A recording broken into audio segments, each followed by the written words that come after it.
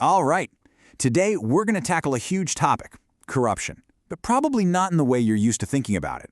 See, this isn't really a story about good guys and bad guys.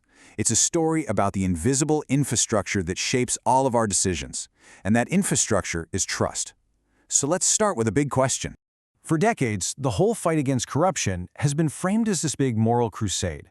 But what if that's just not the right way to look at it? What if the entire approach is flawed because corruption isn't really the disease? What if it's just a symptom of something much deeper, something structural that we've been kind of ignoring? So to really get this right, we've got to look at corruption for what it is. Not the core problem, but the visible, super frustrating symptom that we all see. I mean, think about it. We've all seen them, right? Countless campaigns telling people to be more ethical, to have more integrity, to be good patriots.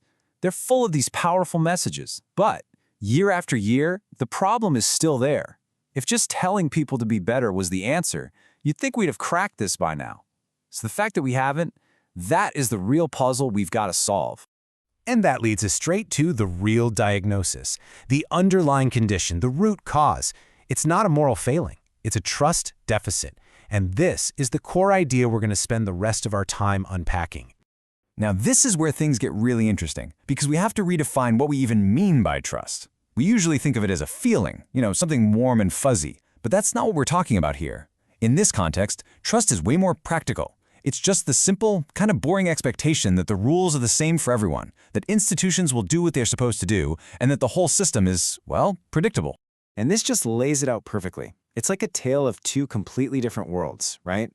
In a high-trust society, you walk into a government office or business deal with this baseline assumption that things will be fair and consistent. But in a low-trust society, man, you go in with your guard up. You expect delays. You expect the rules to change for no reason. You're bracing yourself for some hidden cost. Your whole mindset is different before a single thing has even happened. So what does it actually feel like to live in one of these low-trust environments day to day? Let's dig into the real-world complications. So when you just can't count on the formal system, the courts, the police, the licensing office, you don't just throw your hands up and give up. You can't. You have to find another way to get by, to make your world a little less uncertain. So what do? You stop paying so much attention to the official rulebook, and you start focusing on who you know. It's a totally rational response to an unreliable system. Now let's watch how this one person's feeling builds into something so much bigger. It starts with that individual fear. The system might fail me. That fear leads to self-preservation. Okay, I have to protect myself and my family. And that's when networks, contacts, and favors become your most important tools. And over time, this informal parallel system gets so big and so common that it just becomes normal. It's just how things get done. This is such a powerful way to look at it. All that red tape, the endless forms, needing 5 different signatures, a stamp from this office and that office. We call it bureaucracy, but really it's the physical evidence of a lack of trust. Every single stamp, every signature is a little checkpoint designed to prevent cheating, because the system basically assumes people can't be trusted. And this creates this awful, upside-down paradox. In a low-trust environment, if you try to be honest and play by the rules, you can actually end up losing. You're the one waiting in line forever while others cut ahead. You lose the contract to someone with better connections.